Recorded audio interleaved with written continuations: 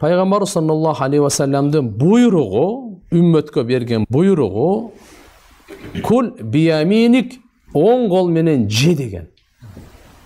Бул ичүү дагы кирет, суу ичсек, чай ичсек, лимонад жана башка тамак жеген, нан жеппи, эт жеппи, ушу оң кол менен. Бул пайгамбарыбыздын буйругу. Ал амру лил вужуб, буйрук важиптикке де, бирок кээде пайгамбар бул жерде биз сүннөт катары деп муну кабыл алабыз. Атак негизи өзү буйруктардын бардыгы вужубка келет. Пайгамбар саллаллаху алейхи ва саллям сол колу менен жегендери катуу тыюу салган. Сол кол менен жегенди шайтан жейт деп айткан. Bir жолу бирөө сол кол менен жеп атты эле пайгамбарыбызга саллаллаху алейхи ва саллям айтты: "Ай, оң колуң менен же" десе, "Мен оң колум оозума жетпейт" деп пайгамбарыбызды маскаралап, болбосо оң колу оозуна жетет. Жалган айтты эле, "Мейли жетпесе жетпей эле койсун" деди. Ошо ойдон жетпей калган. Ошон үчүн шарият менен тамашалашпаш керек. Оң кол менен жеп. Эми бирөө мисалы сол кол менен чай куюп берсе, сол кол менен мисалы нан берсе, бир нерсе берсе, ошону жесе болобу же болбойбу? Мына азыр сиз айтып аткандай. Пайгамбарыбыз бул маселелерде алган берген тияк бияктарды ар бир нерседе оң жакты жакшы көрчү, туура. Бут кийим кийгенде, тарак таранганда, атыр себингенде, кандай басканда, бардык жерлерден оң жакты жакшы көрөт эле. Демек бул жерде дагы оң жагы болсо жакшы. Бирок чай берсе, нан берсе, сол кол менен ала бериңиз. Бул баягы сол кол менен ичкендей болбойт бул. Bunun ökümü anday misali sünnetin ökümünde emес, mustahap ökümü. Misali biri sol kol menен çay koyup berse, albatta bir öte takva adamlar misali qarap süylep atıp çay koyup berse içpey koyot. Sebep adamdın den menен ушундай кандай десем зыяндуу заттар чыгат. Ошо түшүп калды деп içпей койгондар да толтура. Кандай болбосун булардын бардыгы адепте, шариятта тыюу жок. Шариятта тыюу сол кол менен жеген гана. Сол кол менен берсе, тияк кылса эчтеке эмес. Албетте оң кол менен бергенге жетпейт эми, конечно, ал фазилет, буга дагы амал кылганга аракет кылыш керек. Аялдын кийимин кийип киного тартылышат, же куудулданышат. Куудулдар ошолорду көрүү менен күнөөгө батпайбызбы? Алла жактырбаган нерселерди кылышса, биз көрсөк. Эми күнөө болот, көз менен деле күнөө бар да. Күнөөнү кылуу өзү арам, көрсөтүү арам, аны көрүү арам. Мисалы уяттуу жерди башкага көрсөтүү дагы, башканыкын көрүү дагы арам. Эркекке киндиктен тизе дедиби? Бул мисалы. Ошону мисалы көрсөтүү дагы арам, көрүү дагы арам. Ошондой эле мисалы эми эркектин, аялдын, аялдардын кийимин кийип алган бул болбойт бул. Пайгамбар саллаллаху алейхи ва саллям эркекти аялда эркекке окшогондорго наалат айткан жери бар. Ошончо эркек эркектей эле ойдон калсын, аял ойдон эле калсын. Буларды кандай кылуу дагы болбойт, көрүү дагы болбойт. Единица салып иштейм. Улуттук банктын талабы боюнча ар бир салганына единицаны 500 сом саласынбы же 5 сом саласынбы, акысы 5 сомдон ашпасын дейт. Бирок айыл жеринде андай эмес. Айтылган талаптан көбүрөөк алабыз. 100 сомдон ашык салдырса, анын үстүнө кээ бири эле нак акчасын алып келип салдырбаса, көбүнчө карызга салдырышат. Касы улуттук банкка баш ийбей, тапкан акчам мага адалбы? 1000 единицадан 50 сомдон же 70-80 сомго чейин пайда табабыз. Туурасы кандай кылам? Элдер бизге айткан акчага ыраазы болуп салдырышат. Эгерде мыйзам чыгып, улуттук банктан чыга турган болсо, ошонун чегинде болуш керек. Ошонун чегинде болсо, анын чегинен чыгып кете турган болсо анда болбойт. Кандай болгон? Эгерде сизге укук берсе, мейли мен өзүмдүкүн салам, өзүмдүкүн салгандан кийин башкаларга салган үчүн андан мен акча алам. Андай укук бар боло турган болсо анда адал. Болбосо болбойт. Мен келин болуп келгениме 5 жыл болду. Мектепте мугалим болуп иштейм. Учурда декреттемин. Айлыгымды кайненем кайнатама толук бербесем, мага ачууланып, тамактан кызганышып, кээде бербей коюшат. Дасторконго олтурсак, мени көп бөлө беришет. Айрыкча кайненем келин болуп келгенден ошентип мамиле кылат. Абысынды болгонумда абысыным мактап мени жаман дейт, абысынымды мактайт, мени жаман дейт. Ага ар дайым колдоо көрсөтүп турушат. Эмне кылсам болот, күйөөм сыйла дейт. Мен кээде аябай капа болуп кетем, 2 балам бар. Өзү сиздин мээнет кылып акча тапканыңыз ал сиздики, ал кайната кайненеңиздики эмес. Аны берүү, бербеген ыктыярды шарият сизге берген. Кааласаңыз бересиз, кааласаңыз бербейсиз. Буну жакшы түшүнүш керек. Экинчиден анан кийин, эгерде көңүлүңүз менен бергенден кийин дагы анан дасторкондон тияк-бияк демей калган туура эмес. Мен ойлойм, Кудай кааласа, аларга ошо күйөөңүз айтканда сыйла дегенде сыйлай берип, жакшынакай дуа кыла бериңиз. Кыжалат болбоңуз. Ошончо акчаны мисал алып туруп дагы дасторконго кошпой кое турган болсо, анча акчаны кийинки айлыкта бербей эле коюңуз. Өзүңүзгө тиешелүү нерсени алыңыз. Бирок иншалла сый урматты ордуна коюп кете бериңиз. Үйдө жолдошун Кур'ан окуганды билбесе, аялы окуй берсе болобу? Ата арвактарга багыштап болот. Күйөөсү Кур'ан окуган эмес, аялды окуй берсе болот. Албетте аялга ошо мисалы баягы оорулуу күндөр болбосун да. Оорулуу күндөрү, айыз келген күндөрү аялдарга Кур'ан окуса болбойт. Калган учурларда дарат мененби, даратсыз окуй бересиңер. Албетте Кур'анды даратсыз кармаса болбойт. Дагы жана башка махрам менен намахрам маселесинде, намахрам эркектер болуп калса, алардын көзүнчө аял Кур'ан окуса болбойт. Эркек эле окусун эми мындай элечи, ал жакшы эмес деп айтат да эми. Бул эми мен Москвада иштейм. Биз заказной иштейбиз. Иштеген жеринде кээде уяты жок сүрөттөр болуп калат. Устаз, ал жерде иштей берсем болобу? Сүрөттөрдү орустар заказ беришет. Эми булар мындай да азыркындай эле. Күнөө кайерге болсо деле күнөө бардык адамдарга эле күнөө алар. Мисалы алар иштеп атат, бирок сиз деле аралашып атпайсызбы? Ошончо сиз өзүңүзгө кыямат күнү кабырда өзүңүз жооп бересиз да. Ошончо мүмкүн болушунча башка иш тапканга аракет кылыңыз андай. Оюндан утуп алган акча арам болот дейт. Арам тамак жесе алкымы 40 күн таза болбойт экен. Ошондо 40 күндүк ибадатыбыз кабыл болбой калабы? Кандай оюн? Кумар оюндан утсаңыз арам. Эгерде башка оюндар дагы бар да. Башка оюн. Мисалы волейбол оюну.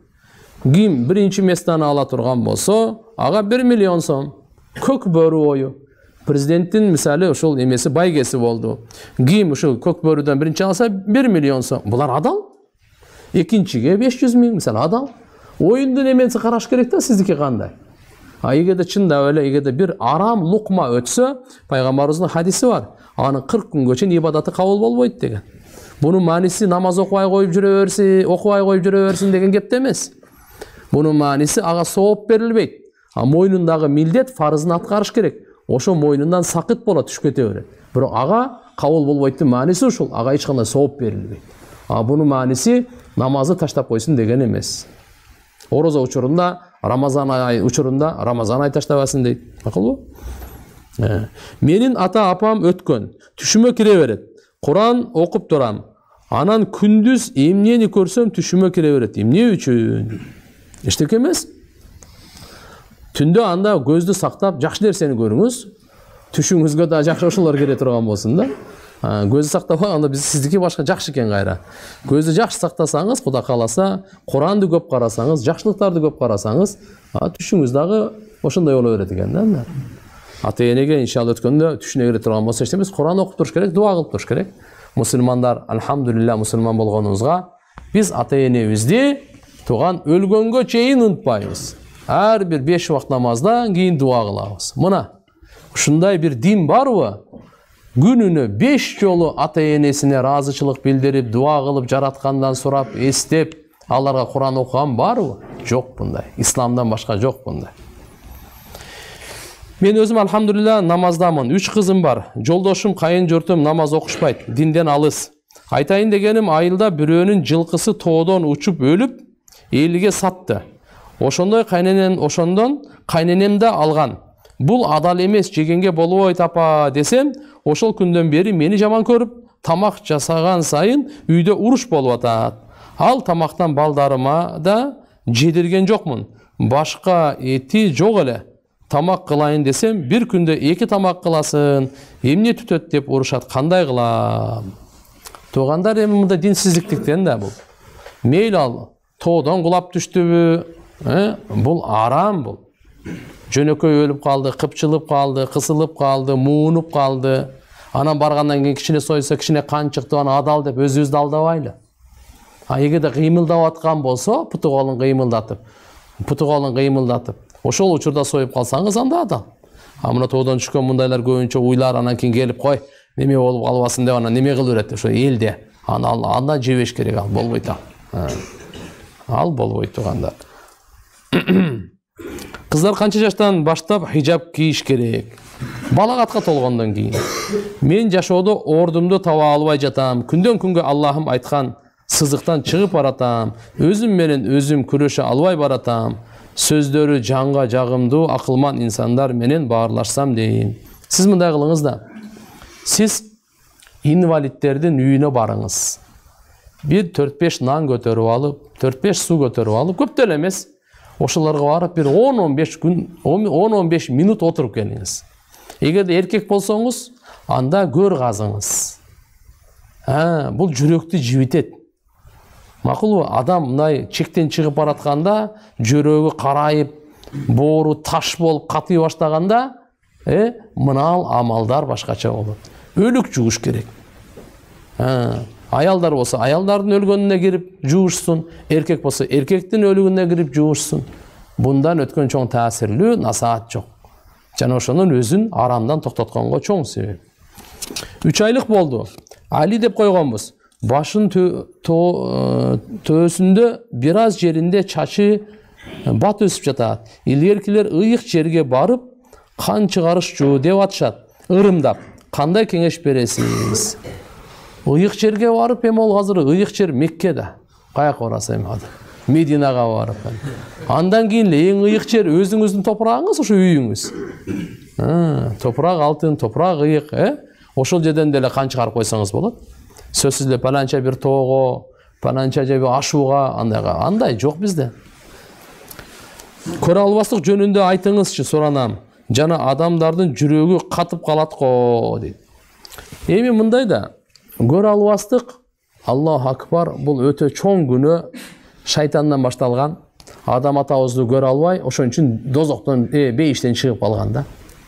Адам алейхиссаламды көрө албагандыгына. Буну хасад деп коет. Көрө албагандык ушундай чоң күнөө тугандар. Бул арам. Пайгамбар саллаллаху алейхи вассалам айткан, көрө албастыктан силер сактангыла. Анткени бул адамдын кылган жакшы иштерин, сооп иштерин ушундай жейт, кандай отунду жегендей. Кейбир риваяттарда келет, устара чачты кыргандай соопторду кырат дейт. Намаздын, ажылыктын, зикирдин, садаканын, кайрымдуулуктун бардыгын сообун жеп сала турган бул көрө албастык болот. Şu көрө албастык бул Алла Тааланын бөлүштүрүп бергенде каршы чыгуу деген сөз. Себеп бул кишиге Алла Таала ошончолук байлык берди, ушунчалык илим берди, ушунчалык таквалык берди, ушунчалык перзент берди, ушунчалык ырыскы берди. Буну сен берген жоксуң да. Көрө албастык кылып ичтарды кыла турган. Буну Алла бөлүп бергенде. Алланын бөлүп бергенде каршы чыгып атасың да. Эмне үчүн деп, сен эмне үчүн деген суроого болбойт сен. Ошон үчүн иншалла bundan дайыма сактаныш керек. Субханалла, кейбир алымдар ушундай дейт, көрө албастыкты дарылай турган бир дарысы мындай, ошол адам кимге көрө албастык кылып атсаңчы, эмнесине? Көрө албастык өзү мындай да, бир кишиге бир неамат берилди, ошол неамат буда жок болсо экен, менде болобу, болбойбу кызыктырбайт, бирок ушуда болбосо экен, ушунун аты көрө албастык. Хасад. Буда ушу бир нерсе бар, жакшылык бар. Мен ошого кызганып атам, көрө албайчы, көрө албастык кылсам, ичи тарды кылып атам. Ушул неамат будан кетсе экен деп атат да. Менде болобу, болбойбу, мага кызыкпа, бирок ушудан кетсе экен деп. Мына ушундай бир чоң күнөө, аны дарылай турган өзүңүздүкүн кандай дарылайсыз? Ошол кимди көрө албастык кылып атасыз го, кайсы нерсесине? Ошону мен бердим деп эле айтып коюңуз. Буну мен бергенмин, буну мен жеткиргенмин, буну мен чоңойтконмун. Буну мен мектепке, мен институтка киргизгенмин. Машинени мен алып бердим эле деп коюңуз ошол. Өзүңүздү успокаивать этип, бирок анын бетине айтпаңыз, анда урушуп кетпесин. Өзүңүзгө өзүңүз айтың да. Бул көрө албастык өтө чоң күнөө тугандар. Ошон үчүн көрө албастык мындай да хасид махсуд деп коет да. ким көрө албастык кылып атат го, ошонун зыянычы, көрө албаган зыяны өзүнө эле тиет. Мына жерде Бишкекте көрө албастык кылып атат да, ал көлдө жүрөт, көлгө түшүп. Ага эч кандай зыяны жок. Сен ушул жерде эле күйүп өлүп атасың да. Зыян өзүңө эле тиет ал. Ал чай ичип отурат, ал уктап атат, ал жүрөт тиякта аттарды минип. Сен бияктан көрө албай эле өрттөнүп, нервиң жука болуп, күйүп өлүп атасың. Ошон зыян кимге? Агабы буга? Буга өзүнө. Мейли. Ар бир инсан өлүм келимесин билиш керек экен го. Ошол өлүм келимесин мага да айтып коюңуздарчы. Ла илаха иллаллах. Ла илаха иллаллах. Ошону көп айтып жүрүш керек. Кызды ала качып, кийими тытылганча, жалаң аяк сүйрөп барып, отургузуп ата-энесине айтпастар, кыйнап аттырып, мажбурлап, туттум деп айттырылган нике өтөбү, кабыл болобу дейт. Алла. Ала качкан чоң арам. Кийими тытылганча жалаң аяк сүйрөп барып, бул арам. Ата-энесине айтпагандар арам. Ушулардын бардыгы күнөө. Албетте мисалы ошол жердеги мажбурлап туруп, макулдугун бердиртсе, нике болуп калат. Бирок ата-энесинин укугу бар, бар туруп бузганга укугу бар. Бизде мына Ханафи мазхабта мажбурлангандын никеси өтө берет бизде. Бирок кийин бузган укугу бар. Макулбу? Куптан намазында, витр важип намазында кунут дуасынан соң ва саллаллаху аля Мухаммади ва аля али Мухаммад пайдасы Хасан рахматулла алейх кунут дуасынан соң ушул салаватты окуйт эле. Бул салаватты окуйум. Имамыбыздан сурасам болбойт деди. Карыдан сурасам болот дейт. Кимиси туура? Имамыңыздыкы туура. Дуа кунуттун өзүнүн дуасы бар. Болду. Ал жерден кийин салават жок. Рүкү, сажда, ат-тахият окугандан кийин салават бар. Ал салават Ибрахим. Аллахумма салли аля Мухаммад ва аля али Мухаммад кама саллайта аля Ибрахим ва аля али Ибрахим иннака хамидун маджид. Мына салават бар. Бундай жок тугандар. Бундай айта салават ошол жерде айта турган болсоңуз, намазыңыз бузулуп калат. Түшүмө жылан көп кирет. Чакпайт. Бирок кээ бир күндөрү күн ара кире берет. Бул эмне себептен болушу мүмкүн дейт. Түштөгү жылан көбүнчө жин болот. Жин. Ошон үчүн сиз иншалла карап туруп, жинден сактана турган дуаларга бекем болуңуз. Ажыткан абага кирип атканда, кийим чечип атканда өзгөчө, сааркы кечки дуаларга, намаздан кийин дуаларга, жатаарда дарат менен, жаткан жериңизди бисмилла бисмилла деп бир сыйра күйүп. Жылаанын шариятта өкүмү кандай? Жылаанын шорпосун дарычылыкка итсе болобу? Же этин кайнатып, ошол сууга жуунса болобу? Кокус арам болуп калса, жылаандын эти кайнатылган идишти канча жолу жууп кургатыш керек? Жылаанын шариятта өкүмү өлтүрүш керек. Пайгамбар саллаллаху алейхи ва саллям айткан: ким жылаанды бир коюп өлтүрсө, эң улуу соопту ошол алат. Эки коюп өлтүрсө, кичине азыраак алат. 3 коюп өлтүрсөң, андан дагы. 10 жолу ургулап атып өлтүрсөң, андан да. Бирок сооп аласың. Жылаанга инсанга душман, инсанга жылаан душман. Албетте жылаанды издеп жүрүп өлтүрөм, сооп табам деп анын кереги жок. Келип калса, намаз окуп атканда да мисалы ошол келип калса жылаанды өлтүрүлө деген да мисалы. Жылаандын өкүмү, жылаан арам. Шорпо порпосу болбойт. Жеген тияк бияктары буну бардыгы болбойт. Эгерде ошол эме болуп калса, бир идиш аякка ошолуна кууп эме болуп калса, тооба кылыңыз биринчи, идиш аякты бир жол жакшынакай жууп койсоңуз, ошо жетиштүү.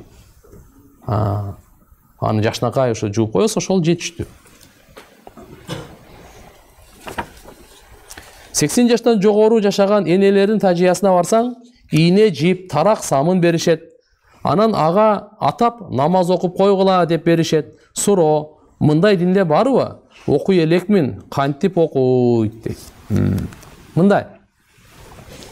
Кээ бир жерлерде ошол улуу энелерибиз 80-90га чыгып калган ушулардын кичине азыр сиз айтып аткандай нерселерин берет. Бирок ал ошо нерселери мураска бөлүнгөндөн кийин болсун. Бир ийне жиби дагы эгерде эненин мүлкүнөн мурассыз берилсе, ал зулумдук болуп калат. Ал адал болбойт. Мураска бөлүнгөндөн кийин же өзү осуят айтып кетти. Менин мына жиптеримди, мына ийнелеримди, мына төшөктөрүмдү ошону бейбечараларга же болсо туугандарга берип койгула деп осуят айтып кеткен болсо анда адал. Осуят айткан эмеспи? Анда мураскорлордун ортосунда бөлүнөт дагы, кайсы мураскор өзүнүн тарабынан белек кылып берсе, ал дагы адал. Алса боло берет. Алса боло берет. Анан намаз окуп койгулачы деген мааниси ушул, 2 рекет кажет намаз окуп эле кадимкидей, ушунун совобу ошо кимди кайсы эне болсо ошого багыштап коебуз, болду. Намаздын парызында саждай сах кылса болобу? Деги намаз фарыз болсун, важип болсун, сүннөт болсун, нафил болсун, бардык намаздарда саждай сах бар. Эгерде ал фарыз нары бери жылып кетсе, важип нары бери жылып же болсо калып кетсе, аларга саждай сах бар. Фарызда дагы бар. Жашым 55-те. 4 ул 1 кызым бар. Балдардын улуусу 30-да, кичүүсү 18-де. Аялым балдар тарапта, балдарым мени жаман көрүп калышты dedi. Сиз тооба кылыңыз дагы, каттоону күчөйтүңүз. Ушул күнгө чейин Алладан да кечирим сураңыз, балдардан дагы алардын убагында мүмкүн карабай койдуңуз. Бирок сиздин мойнуңузда, атанын мойнунда эле бала чаканы багып, кийим кече, талим тарбия, ооруп калса дары дармек дегендей. Ошон үчүн иншалла азыр эми будан тооба кылып, балдардан да кечирим сурагандай кылып, акыңызды кайра берип, дуа кылып, жакшы мамиле кылып туруңуз, белек бекче менен барып жакшы болуп кетет. Адам өлгөндө көп мал союп ысырапчылык айрыкча Тоң районунда ушул тыйылса жакшы болот эле. Эми бардык эле райондо, Тоңдо деле, башка райондо деле бизде көбүнчө адам өлгөндө ысырапкерчилик өтө көбөйүп кетет чындап эле. Буну көңүлгө алышыбыз керек, мындай болбойт. Анан көрөк жакшы садакай жария, кайрымдуулук иштеткенибиз жакшы. Тажияда караш деп эт жебей коюшат. Ошол туурабы? Эми тажиядагы 3 күндөн кийин мурас бөлүнгөндөн кийин тамак берсе жейсе боло берет.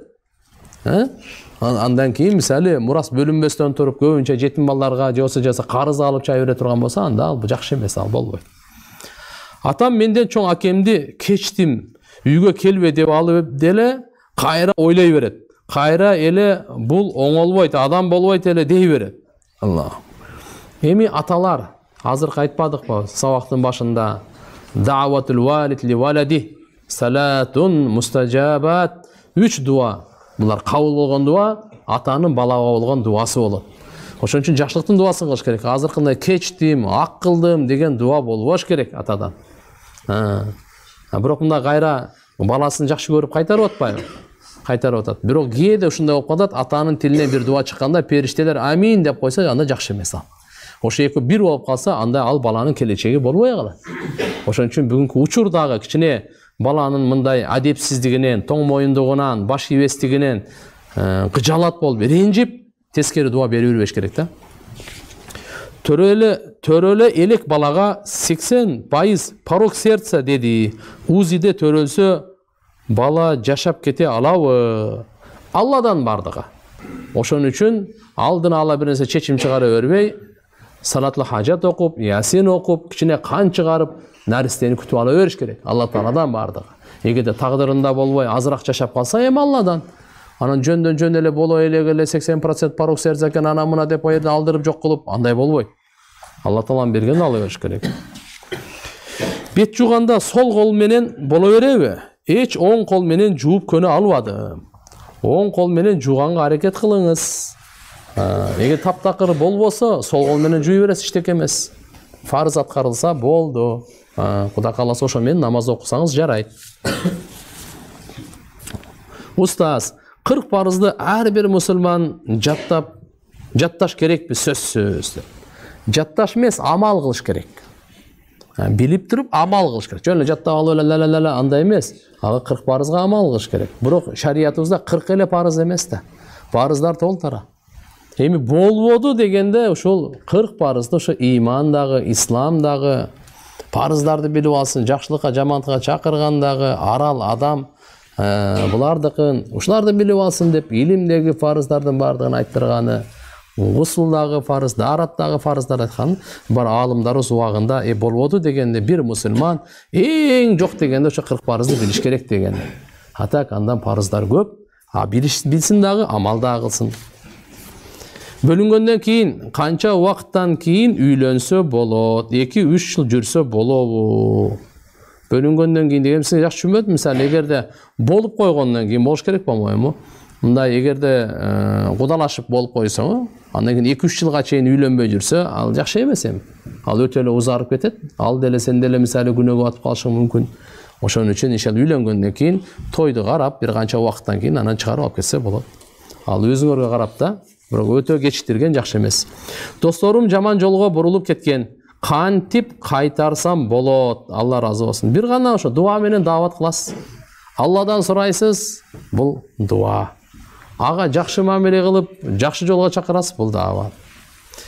Эгерде тоокту ит талап кеткен болсо, жаны чыгайын деп аткан болсо, муздасаң халал болобу?